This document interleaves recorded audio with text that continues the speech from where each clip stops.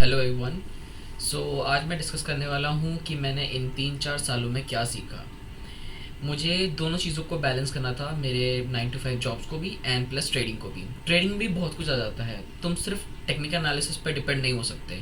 तुम्हें उसमें फंडामेंटल देखना पड़ेगा, तुम्हें उसमें देखना पड़ेगा मार्केट में चीज़ें चल कैसे रही हैं, तुम्हें उसमें ग्लोबल इकनॉमी देखना पड़ेगा अगर तुम फॉरेक्स या क्रिप्टो की तरफ जा रहे हो तो। ठीक है, क्योंकि देखा जाए तो सारी चीज़ें कहीं ना कहीं उस चीज़ को इम्पैक्ट करती हैं। अब जैसे शेयर्स का एग्जांपल लेते हैं, तो शेयर्स में अगर वॉर हो रही है या फिर कोई क्राइसिस आ गया, जैसे कि हमने कोरोना फेस किया था, तो उस बेसिस पे भी मार्केट कभी कभी गिरता है। ठीक है, हमने सबने देखा था मार्केट कैसे गिरा था। तो वो चीज़ें भी हमें ध्यान में रखनी पड़ती है अगर हम प्रॉपर ट्रेड देख रहे हैं, ठीक है, लेने के लिए। तो हम सबसे पहले स्टार्ट करेंगे फंडामेंटल एनालिसिस से, उसके बाद हम जाएंगे टेक्निकल एनालिसिस पर। फंडामेंटल एनालिसिस डिपेंड करता है कि आप कौन से मार्केट्स देख रहे हो।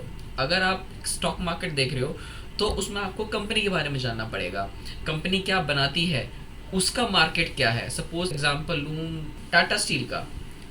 टाटा स्टील क्या बनाती है? Tata steel is a manufacturing जो स्टील की है, ठीक है। तो उसका काम कहाँ पे आएगा, कहाँ पे?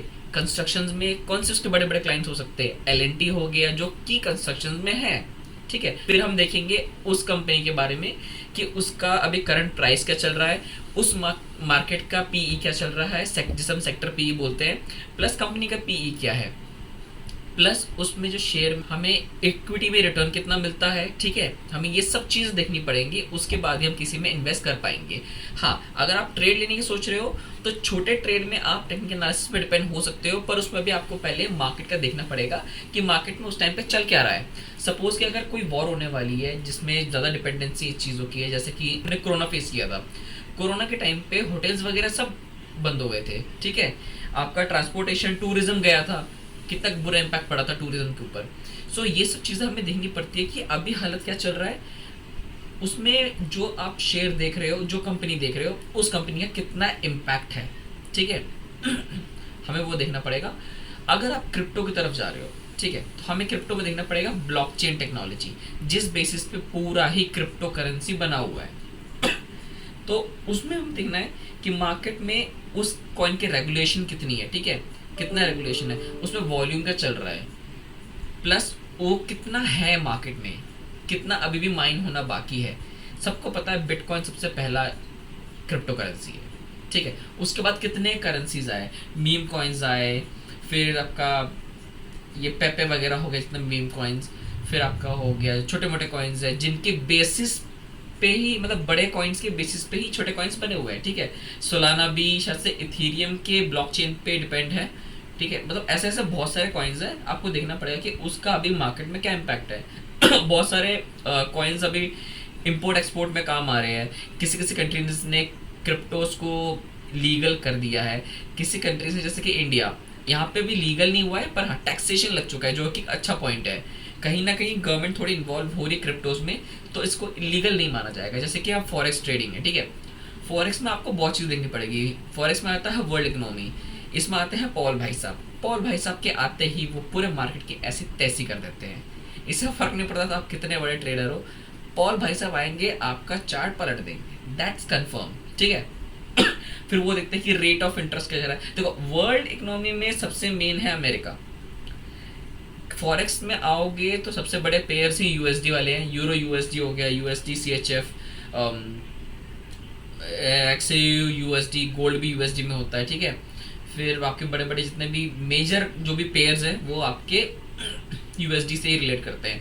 तो कहीं ना कहीं इम्पैक्ट अमेरिका का बहुत है फॉरेक्स मार्केट में भी।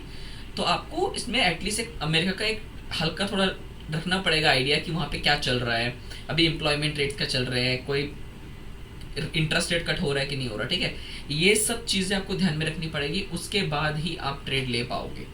बिना फंडामेंटल एनालिसिस के आप ट्रेड नहीं ले सकते हो, ये एक बेसिक है, ठीक है।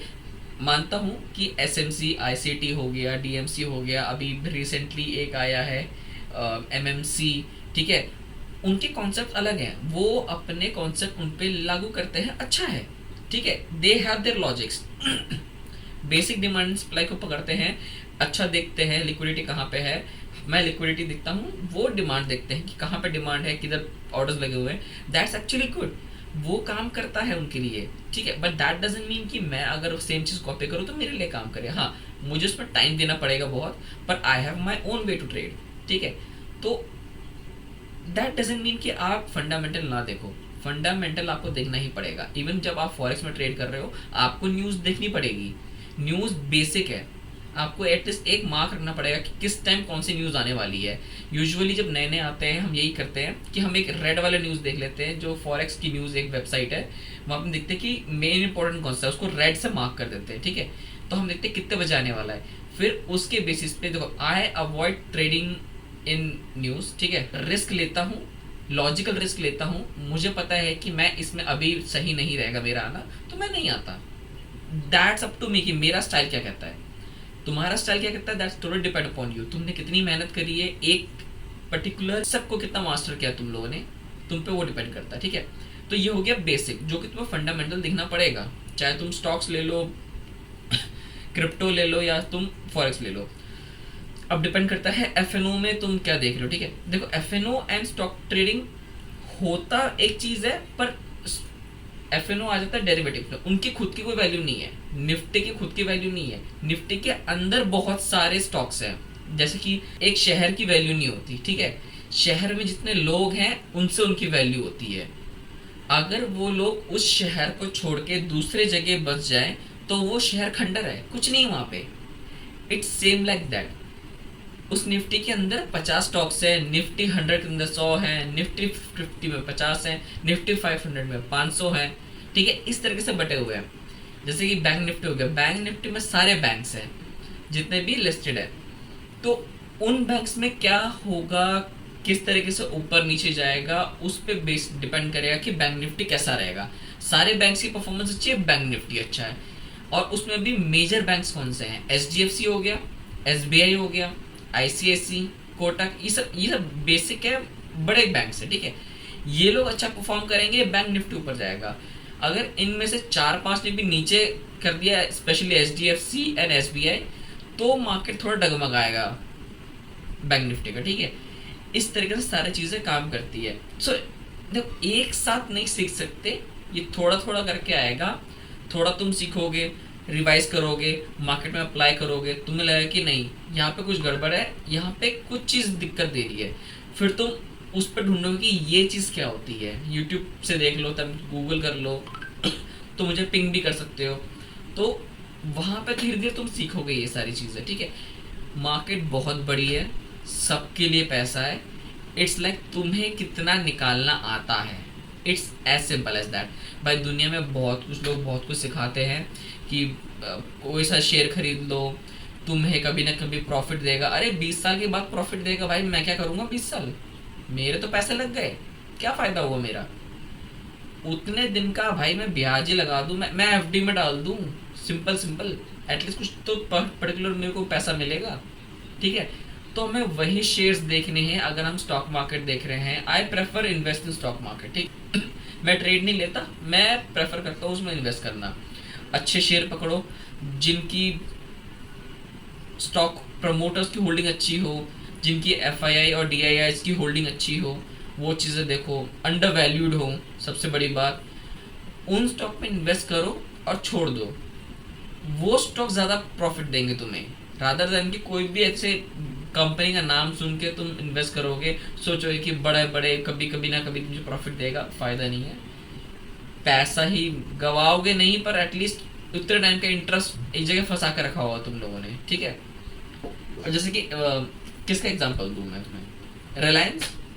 रिलायंस में अगर तुम 10 लाख लगा दो, उससे कोई फ़ायदा नहीं है। इससे अच्छा तुम कोई छोटे स्टॉक पकड़ो जिसकी बैकबोन बहुत स्ट्रांग है, जिसका फंडामेंटल बहुत स्ट्रांग है, वहाँ पे पैसे लगा के तुम थोड़ा सा उसमें प्रॉफिट कमा सकते हो। भाई मैं कोई बैकग्राउंड पीछे ऐसे लगाता नहीं हूँ, मैं ऑफिस के बाद ही ये करा है। वो मेरा बैग रखा हुआ है वहाँ पे और यहाँ पे मेरा एक लैपटॉप भी है ऑफिस का, ये रहा। ऑफिस के बाद ही मैं ये वीडियो बना रहा हूँ भाई, ट्रेड लेने के बाद। वो भी मैंने एक ट्रेड लिया, अभी मैं दिखाता हूँ।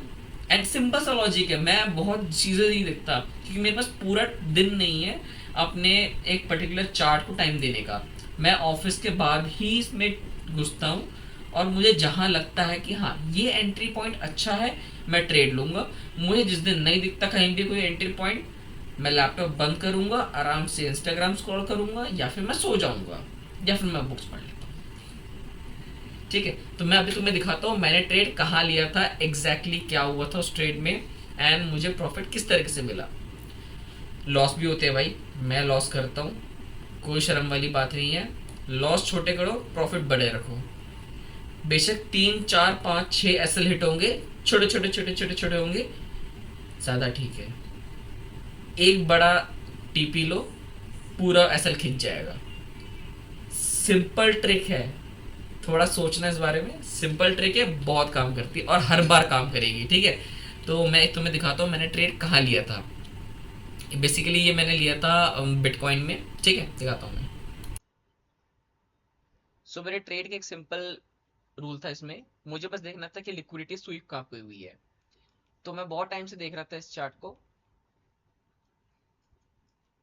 मार्केट ने लो बनाया, लिक्विडिटी स्वीप हुई है। ठीक है, लिक्विडिटी यहाँ पे स्वीप हुई, ये रहा। ठीक है, यहाँ से ये ऊपर गया है, फिर यहाँ पे एक लिक्विडिटी स्वीप हुई थी। मार्केट ने फिर इसको भी ब्रेक नहीं किया, एंड प्लस प्लस